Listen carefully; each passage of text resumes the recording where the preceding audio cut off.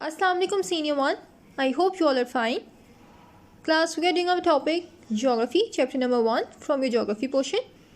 In our last lecture, we have seen the different branches of geography and the detail of first branch, that is physical geography.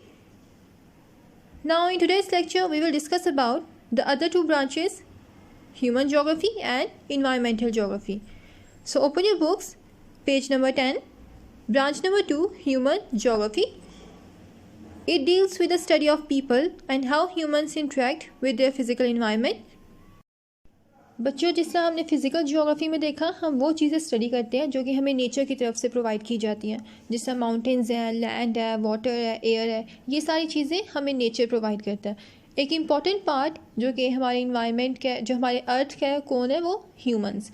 अब वो चीज़ें कौन use करता है? Human beings, यानी इंसान, यानी हम लोग. अगर हम लोग नहीं होंगे तो ये चीज़ें यूज़ कौन करेगा? तो एक इम्पॉर्टेंट पार्ट हमारे प्लैनेट अर्थ का कौन है? ह्यूमन बींग्स, जिसके बारे में भी स्टडी करना ज़रूरी है कि वो कैसे हमारे इन्वायरमेंट को, हमारे जो नेचुरल फीचर्स हैं उनको इफ़ेक्ट करते हैं. तो इस ब्रांच में भी हमने ह्यूमंस के बारे में स्टडी करते हैं, कैसे रहते हैं, उनका लाइफस्टाइल कैसे है, उनके जो भी रिलेट करती है उनसे चीज़, उसको डिटेल में हम देखेंगे. Human geographers examine the relationship of other fields to geography, such as economics, health, tourism, politics and education. Human geographers वो लोग जो कि हमारे अर्थ के बारे में स्टडी करते हैं. जैसे हमारे पास एक बुक है जिसमें सारी डिटेल लिखी हुई है कि अर्थ कैसे बना, उसकी शेप कैसी है, डिफरेंट नेचुरल फीचर्स कहाँ पे पाए जाते हैं. ये हमें कैसे पता चला? क्योंकि ये किसी ना किसी ने स्टडी किया होगा, उसके बाद बुक्स लिखी होंगी, फिर हम तक ये नॉलेज पहुंचा. उन्हें कौन कहते हैं? जो अर्थ को स्टडी करते हैं उन्हें कहते हैं जियोग्राफर्स. ठीक है, तो वो लोग जो ह्यूमंस को स्टडी करने के बाद, ह्यूमन जियोग्राफर्स जो स्पेसिफिक ह्यूमंस के बारे में स्टडी करते हैं, उसको जो डिफरेंट ब्रांचेस हैं उसमें रिलेट करते हैं कि ह्यूमंस का उनमें क्या रोल है और वो कैसे इफ़ेक्ट करते हैं. जैसे एजुकेशन हो गया, हमारी पॉलिटिक्स हो गई, इसमें कौन अपना रोल प्ले करता है, पार्टिसिपेट करता है? ह्यूमंस ही करते हैं ना. तो हम ह्यूमंस को डिटेल में इसमें स्टडी करते हैं. अब मज़ीद हम देखते हैं कि इसमें किस तरह डिवीजन की गई है. Other elements include cultural geography. Cultural geography में हम क्या चीज़ देखते हैं? हाउ थिंग्स लाइक रिलीजन, यानी मज़हब, लैंग्वेज, ज़ुबान और food vary across the world. यानी ये सारी चीज़ें, या लोगों का मज़हब, वहाँ की लैंग्वेजेस, यानी वहाँ की ज़ुबानें, वहाँ का जो फूड है, वो पूरी दुनिया में जो डिफरेंट लोग रहते हैं डिफरेंट कंट्रीज़ में, कैसे एक दूसरे से डिफरेंट है, वेरी करता है, यानी मुख्तलिफ है. जिस तरह हम कहते हैं जो मुसलमान है उनका रिलीजन इस्लाम है, जो हिंदूज़ हैं उनका रिलीजन हिंदुज़म है, तो वो कैसे एक दूसरे से डिफ़र करते हैं ऑल ओवर द वर्ल्ड. इनको स्टडी करते हैं, उनका लाइफस्टाइल कैसे है, कैसे ड्रेसेस यूज़ करते हैं, कैसे उनका रहन सहन है, ये सारी डिटेल में हम ये चीज़ देखते हैं. Next one, development geography. Standards of living and quality of life across the world, कि कौन कौन से मुल्कों में तरक्की हुई है, वहाँ का लाइफस्टाइल कैसा है, कौन कौन से लोग अभी कंट्रीज़ हैं वो अभी तक रिच हैं, कौन से अभी तक रिच नहीं हुई. ये सारी चीज़ें भी हम इसमें देखते हैं. नेक्स्ट वन है population geography. How populations grow in different places and why people migrate. कि किसी भी इलाके की पॉपुलेशन, जैसे नाम से हमें पता चलता है, इसमें हमने किसको स्टडी करना है? पॉपुलेशन को. कि किसी एरिया की पॉपुलेशन कितनी है, कहाँ पे ज़्यादा है, कहाँ पे कम है, और अगर ज़्यादा है तो क्यों है, और कम है तो वो भी क्यों कम है उस इलाके में. और इसके अलावा जो लोग हैं माइग्रेट, यानी हिजरत क्यों करते हैं, एक जगह से दूसरी जगह शिफ्ट क्यों करते हैं. इसके डिफरेंट रीजंस हो सकते हैं. फॉर एग्जांपल हम देखते हैं कि कई लोग होते हैं, आपने देखे होंगे कि जिनकी जॉब दूसरे इलाकों में हो जाती है तो वो उस जगह से शिफ्ट कर जाते हैं, या कई लोग बाहर पढ़ने जाते हैं. तो ये रीजंस हैं जिसकी वजह से लोग एक जगह से दूसरी जगह शिफ्ट करते हैं, क्यों करते हैं, और इसकी वजह से पॉपुलेशन इंक्रीज़ या डिक्रीज़ किस हिसाब से होती है. ये सारी चीज़ें हम इसमें डिटेल में देखते हैं. उसके बाद है urban geography, cities and transportation systems. इसमें हमने स्टडी करना है डिफरेंट सिटीज़ में कि शहरों में लोग कैसे रहते हैं, उनका ट्रांसपोर्टेशन सिस्टम कैसा है. ये सारी चीज़ें इसमें डिटेल में देखी जाएंगी. So these were the main components, main elements जो कि हमने ह्यूमन ज्योग्राफी के बारे में इसमें वन बाय वन स्टडी करते हैं. Okay, now more, the citizens foundation is one of the largest non profit organization in Pakistan in the field of education. It was established in 1995 to provide quality education to the underprivileged youth. As of 2015, TCF means the Citizen Foundation has established 1060 purpose-built school units nationwide with an enrollment of 1,65,000 students. यानी ये वो foundation है जिसका मकसद क्या है, profit बनाने की बजाय जो पाकिस्तान की आवाम है वो लोग जो कि अफोर्ड नहीं कर सकते कि वो क्वालिटी एजुकेशन ले सकें, स्कूल्स जा सकें, उनके लिए उन्होंने स्कूल्स खोले। कितने स्कूल्स खोले थे 2015 में? 1060 स्कूल्स, जिसमें से ऑलमोस्ट कितने बच्चों ने एडमिशन लिया था? 1,65,000 स्टूडेंट्स ने उसमें एनरोल किया गया था ताकि वो लोग भी बाकी बच्चों की तरह जो एजुकेशन है वो ले सकें। कौन सी ऑर्गेनाइजेशन है? The citizen foundation. ये एक आपको एडिशनल इन्फॉर्मेशन बताई गई है ताकि आपका नॉलेज इंक्रीज़ हो सके। उसके बाद आप लोग बिज़ी भी देखो, ये आपकी आज की एक्टिविटी भी होगी। Name at least 8 languages being spoken in Pakistan. इसमें आपने क्या करना है, जो पाकिस्तान में 8 ज़ुबानें बोली जाती हैं डिफरेंट इलाकों में, जिस तरह उर्दू हो गई, पश्तो हो गई, ये सारी ज़ुबानें कोई सी भी आपकी अपनी मर्ज़ी है, आपने लिखने के बाद मुझे गूगल क्लासरूम में उसकी पिक्चर सेंड करनी है, ठीक है। नीट काम करना है आप लोगों ने, ये एक्टिविटी है आपकी आज की। Now move forward and see the next branch, that is environmental geography. Environment means हमारे आसपास का माहौल। Human population is increasing day by day, यानी जो हमारी population है वो डे बाई डे रोज़ बाय रोज़ इंक्रीज़ हो रही है। Since they are constantly consuming our natural resources which are a major concern for environmentalists.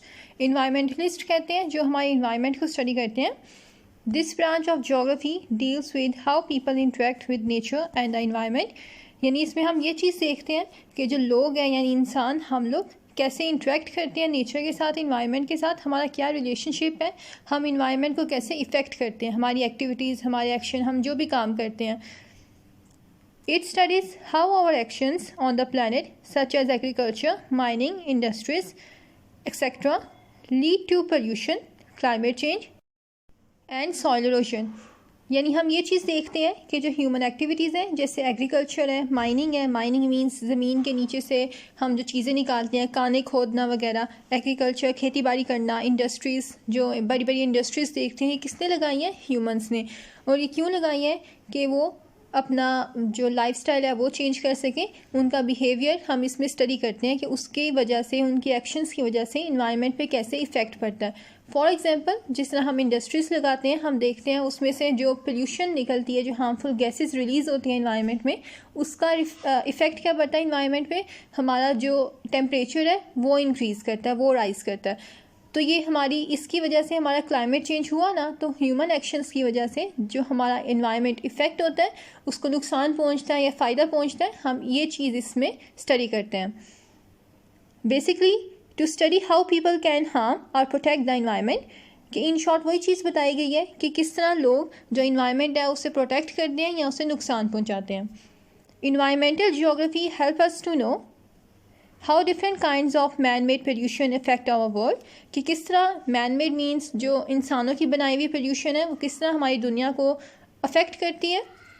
What are the effects of urbanization on natural habitats? Urbanization means increase in the population of cities, उसका क्या effect पड़ता है? जो cities में population increase हो रही है उसमें हमारे जो इंसान है उसकी पॉपुलेशन का क्या रिज़ल्ट निकलता है, किस तरह हमारे इन्वायरमेंट को इफ़ेक्ट करते हैं। How can we conserve energy by using alternative power sources, हम किस तरह अपने पावर सोर्सेज को रिज़र्व कर सकते हैं, उनकी टेक केयर कर सकते हैं। How do we protect our natural wildlife habitats, और हम किस तरह अपने जो वाइल्ड लाइफ है, एनिमल्स हैं, उनको प्रोटेक्ट कर सकते हैं। तो ये सारी चीज़ें हम देखते हैं जो ह्यूमन एक्शन से हमारे इन्वायरमेंट पे किस तरह असरअंदाज होते हैं, उनको डिटेल में हम इसमें स्टडी करते हैं और डिस्कस करते हैं। Okay, now move forward. Now more. WWF Pakistan was formed in 1970 and currently has 30 offices all over the world. All over the country. It carries out conservation work such as to protect endangered species, to stop deforestation and to promote alternate energy sources. ये वो organisation है जिसका क्या काम है, जो 1970 में start की गई थी, जिसका काम ये है कि वो डिफरेंट जो वाइल्ड लाइफ स्पीशीज़ हैं उनको प्रोटेक्ट करें, और साथ ही साथ डिफॉरेस्टेशन, वो प्रोसेस जिससे हमारे जो फॉरेस्ट हैं उनको कट डाउन किया जाता है, उसको रोकें ताकि हमारी वाइल्ड लाइफ है वो आसानी से अपने जो जगह फॉरेस्ट हैं वहाँ पे रह सकें। इसके मज़ीद आपका ये रिसर्च वर्क है आपका कि आपने इस ऑर्गेनाइजेशन के बारे में मज़ीद सर्च करना है ताकि आपको मज़ीद इन्फॉर्मेशन मिले। आप गूगल से सर्च कर सकते हो इसके बारे में। आगे आपको बताया गया है environmental geography is the link between physical and human geography. आपको ये डायग्राम बना के बताया गया है कि जो ह्यूमन जियोग्राफी और फिजिकल जियोग्राफी के दरमियान जो लिंक क्रिएट करती है वो ब्रांच है इन्वायरमेंटल जियोग्राफी। जैसे अभी मैंने आपको बताया कि ह्यूमंस एक इम्पॉर्टेंट पार्ट है हमारे प्लानट अर्थ का, और साथ ही साथ नेचुरल फीचर्स जो कि ह्यूमंस यूज़ करते हैं, उनके एक्शंस की वजह से उस पर क्या इफ़ेक्ट पड़ता है, जिससे हम इंडस्ट्रीज़ लगाते हैं जो कि क्या है ह्यूमन एक्टिविटीज़। किसने लगाई? ह्यूमंस ने।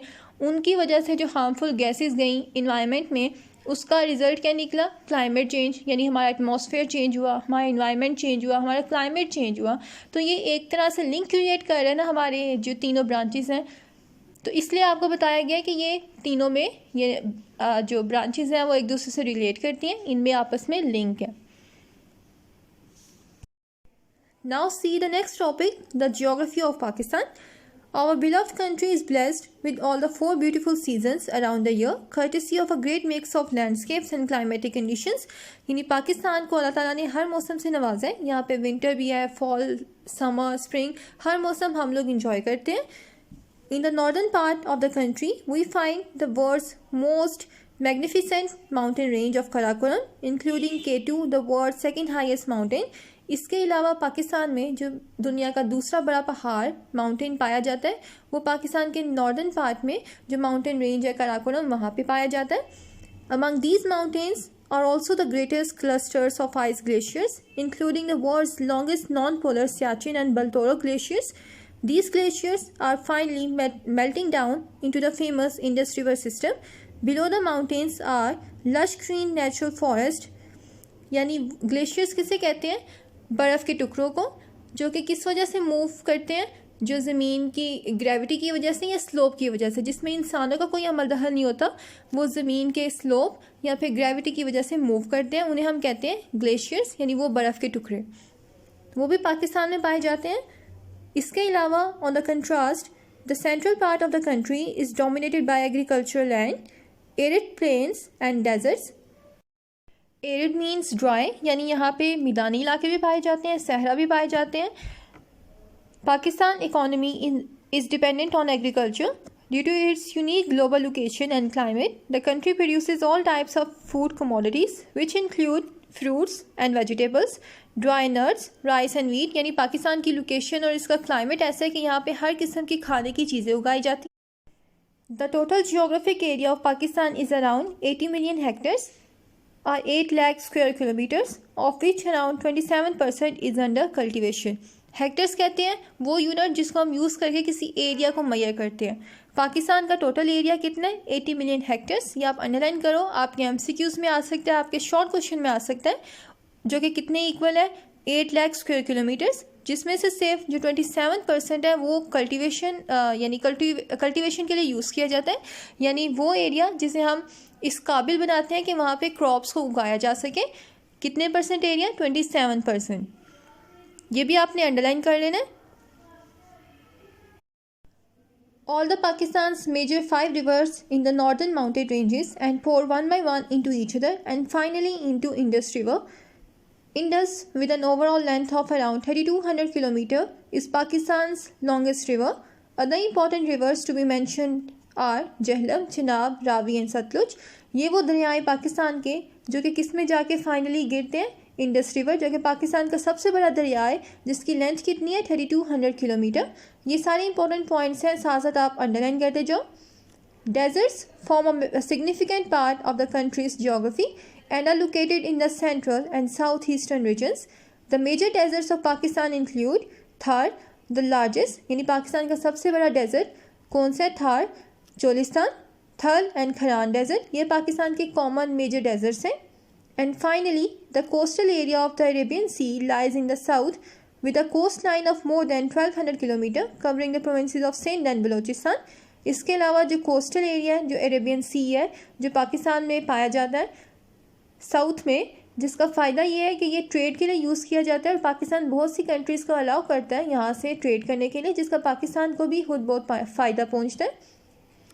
The climate of Pakistan varies with its topography but most of it consists of hot, dry desert, while the northwest is temperate, although in the mountainous north, the climate is harsh and cold. और बहुत से areas ऐसे हैं जहाँ पे जो climate है वो ड्राई होता है बजाय इसके कि वो वहाँ पे कोल्ड हो, और कुछ एरियाज़ ऐसे हैं जहाँ पे क्लाइमेट ठंडा होता है as compare to other areas. ठीक है, तो ये ज्योग्राफी थी पाकिस्तान की, जिसमें हमने देखा कि पाकिस्तान हमारा जो मुल्क है उससे अल्लाह ताला ने हर तरह के मौसम से, हर तरह के लैंड फॉर्म से, हर तरह के फ़िज़िकल फीचर से नवाजा है, जिसकी वजह से हम डिफरेंट क्लाइमेटिक कंडीशंस यहाँ पे इंजॉय करते हैं। ठीक है, so class this was the first topic of your geography portion means geography, जिसमें हमने ज्योग्राफी को देखा, उसकी ब्रांचेस देखी और साथ ही साथ जो पाकिस्तान हमारा मुल्क है उसकी ज्योग्राफी देखी कि यहाँ पे कौन कौन सी चीज़ें पाई जाती हैं। Now see the additional information. Now more. Pakistan is the 6th largest nation in the world as of 2015 with a population of more than 200 million people. Its largest city Karachi has an estimated population of around 25 million people and is thus ranked among the top most populated cities in the world. 2015 के according जो पाकिस्तान है वो दुनिया के कौन से number पे आता है अकॉर्डिंग टू पॉपुलेशन? 6 नंबर पे, और इसकी पॉपुलेशन कितनी थी? 200 मिलियन पीपल, और जिसका सबसे बड़ा शहर है कराची, इसको कहा जाता है कि यहाँ पे सबसे ज़्यादा पॉपुलेशन पाई जाती है, कितनी? 25 मिलियन पीपल। ठीक है, तो ये आपकी एडिशनल इन्फॉर्मेशन थी आपका नॉलेज इंक्रीज़ करने के लिए जस्ट। उसके बाद आ जाता है आपका बिजी बी। The mountain range of Pakistan has 5 out of a total of 14 highest peaks in the world which are 8000 plus meters in height. यानी माउंटेन रेंजेस जो वर्ल्ड हाईएस्ट पीक्स हैं, जो दुनिया की जो सबसे हाईएस्ट पीक्स हैं, टोटल 14 है, जिसमें से 5 पाकिस्तान में पाई जाती हैं। वो कौन कौन सी हैं वो हमने आगे जाके देखनी है। और ये कहा जाता है जो माउंटेन्स हैं, क्योंकि वो माउंटेन्स होते क्या है जो कि हाइट में, जिनकी हाइट होती है जो 8000 प्लस जो मीटर है, इससे उनकी हाइट ज़्यादा होती है, उससे हम कहते हैं नॉर्मली डिफ़ाइन किया जाता है mountains. Can you find out the names of the 5 highest mountains of the Pakistan?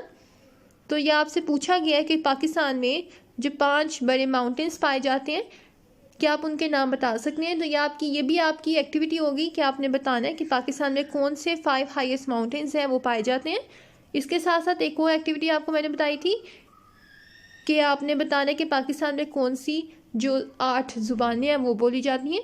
ये दोनों एक्टिविटीज़ आपके लिए आज के लिए होंगी, आपने ये करनी है, सर्च करनी है, और इसकी नाम लिखने के बाद मुझे इसकी तस्वीरें गूगल क्लासरूम पे आपने मुझे सेंड करनी है। ठीक है, okay, so now I am ending my lecture. We will discuss our remaining exercise in our next lecture. Till then, read this chapter properly from the book. Okay, Allah Hafiz, take care.